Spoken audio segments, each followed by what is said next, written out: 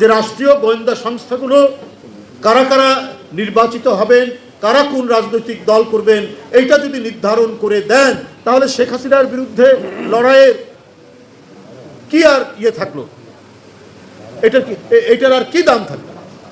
এর তো আর কোনো দাম থাকলো না। শেখ হাসিনাও এই কাজ করেছে।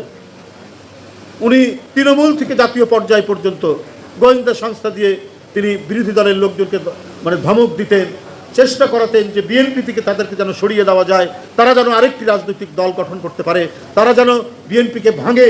এই কাজটাই তো 16-17 বছর শেখ হাসিনা গোয়েন্দা সংস্থাগুলোকে দিয়ে করিয়েছেন।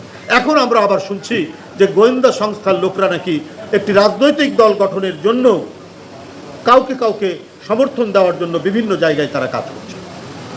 এই ঘটনা কিন্তু এদেশের মানুষ মেনে নেবে না। এই দেশে একটি প্রকৃত গণতান্ত্রিক পরিবেশ, যে মানুষ যে দলকে পছন্দ করে তাকে তারা ভোট দেবে।